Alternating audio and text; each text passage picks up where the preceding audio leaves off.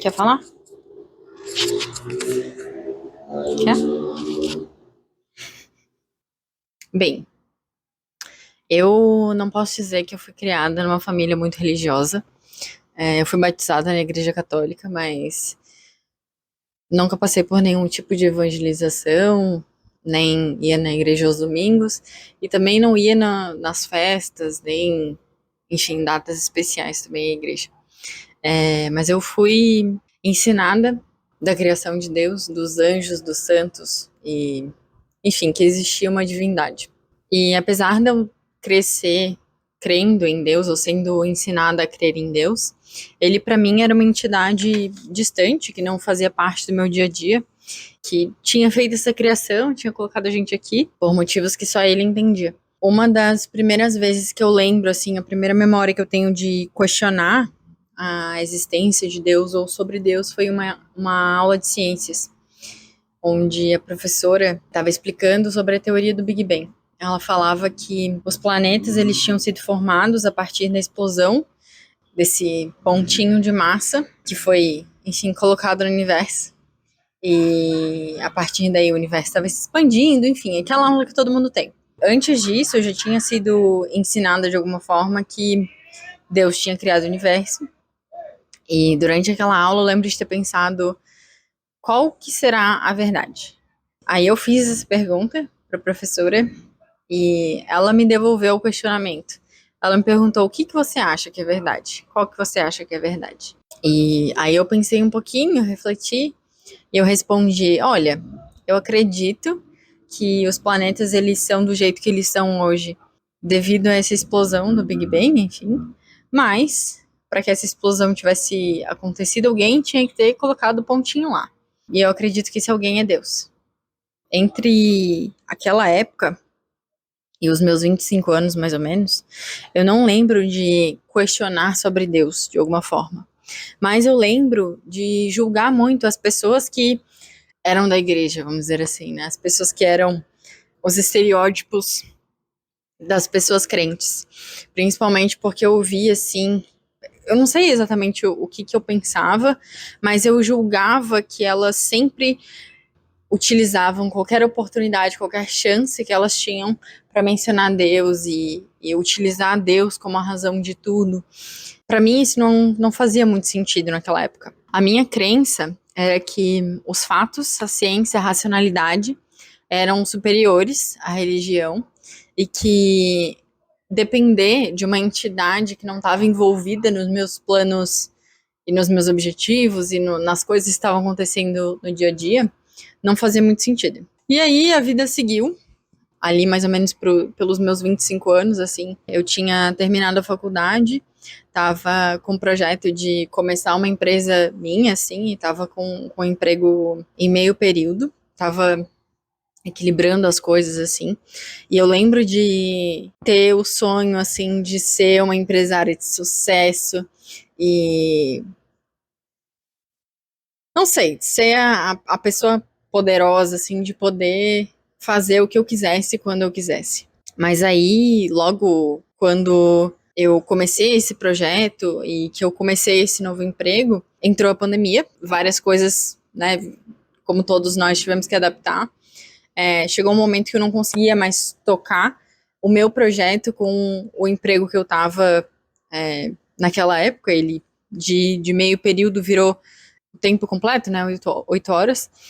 E acabou que, pela própria demanda da empresa, que era uma área que na pandemia também cresceu, então eles tinham uma demanda por resultado muito grande. Eu acabei sendo consumida pelo trabalho de uma empresa que não era minha. E aí eu lembro de me questionar, assim, porque eu tava vendo que eu não tava conseguindo tocar o projeto que era querido, assim, pra mim, né? Que eu queria desenvolver, que fazia sentido pra mim, ao mesmo tempo que eu, né, tentava sobreviver a uma pandemia, como todo mundo. Tentava, né, tocar o emprego que eu tava tendo também. Eu lembro que na época eu me senti um bosta, assim, por não conseguir dar conta de tudo que eu queria fazer. Ou de tudo que eu queria fazer e de tudo que estava sendo pedido de mim naquele momento. Eu comecei a questionar o meu valor como pessoa, né? Se eu era capaz, o que eu tinha para entregar, qual que era, né, o meu propósito e todas aquelas questões existenciais que todo mundo tem, eventualmente, né? Desses questionamentos, eu comecei a expandir, fui, enfim, buscando em livros, em vídeos, enfim, diversos recursos que eu tinha na época, e comecei a entender melhor e mudar um pouquinho minhas perspectivas sobre algumas coisas da minha vida. E aí eu gostaria muito de dizer que foi nesse momento, assim, que eu retornei a Deus, mas não foi exatamente nesse momento. Naquela época também estavam rolando bastante grupos de meditação. Era uma coisa que eu tentei também, mas que eu sempre me barrava, assim, em algum momento na prática.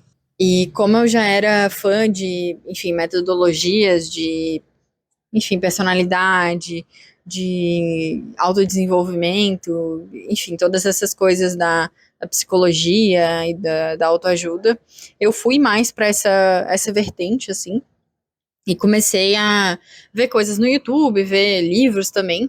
E eu cheguei até um livro que eu acho que foi um divisor de águas, assim, naquele momento. E esse livro foi esse aqui, é o Kybalion.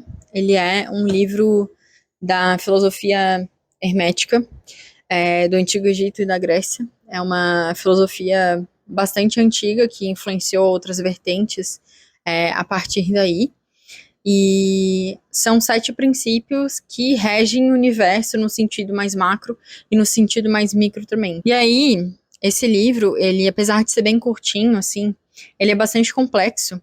E eu demorei mais ou menos uns 6 meses para ler ele inteiro. A cada novo capítulo, assim, a cada novo princípio que eu ia tomando contato, assim, tinha várias coisas que eu não entendia, obviamente, porque é uma filosofia que muitas vezes, ou pelo menos eu antes não tinha muito contato com esse tipo de linguagem, com esse tipo de perspectiva, assim, em relação aos movimentos do universo, enfim. E aí eu comecei a buscar vídeos e outros recursos, assim, para eu entender aquele conhecimento. E aí eu cheguei até a Nova Acrópole. Ah, mas Bia, o que filosofia, né, tem a ver com Deus? Então, na verdade, tudo, né? Antes eu tinha muita percepção de que a filosofia era uma matéria só, né? Ou, enfim, um campo de estudo que era para as pessoas intelectuais, racionais e talvez até uma coisa oposta à religião, né? Porque os filósofos mais modernos e contemporâneos, eles muitas vezes eles retiram esse aspecto divino, esse aspecto de Deus que as filosofias antigas ainda mantinham, né? Isso porque a filosofia, ela é a raiz de todas as ciências, né?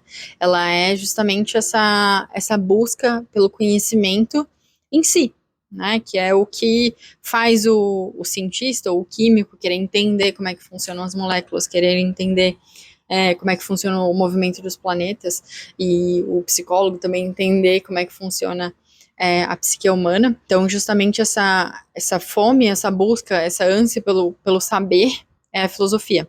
A gente tem hoje em dia um universo muito vasto de coisas que a gente pode ter acesso, e a gente pode estudar e a gente pode entender. Mas tem certas coisas também que a gente não consegue entender, a gente não consegue explicar. Isso em todos os campos, assim, né, de estudos.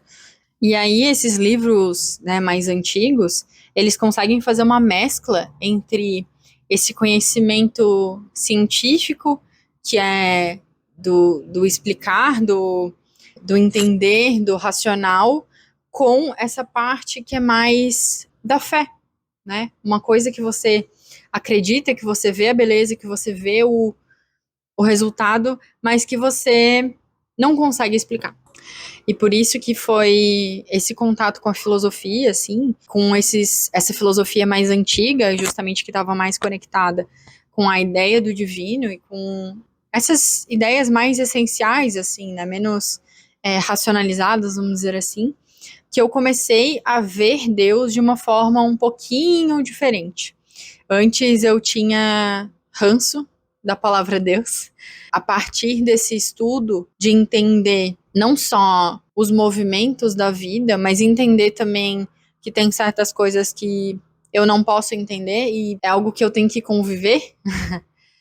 Eu também me permiti olhar para o saber e para o não saber de uma forma diferente. E é muito estranho, assim, porque eu falei, tinha antes uma questão, assim, um preconceito com as pessoas da igreja, porque eu ficava pensando muito em como que você pode acreditar em alguma coisa que você não consegue entender, que não é factual. E um dos questionamentos que eu tinha também era como que você acredita numa entidade que permite o mal e a injustiça e até dizima a própria criação. E esses eram pensamentos, assim, que eu tinha, né, na minha juventude.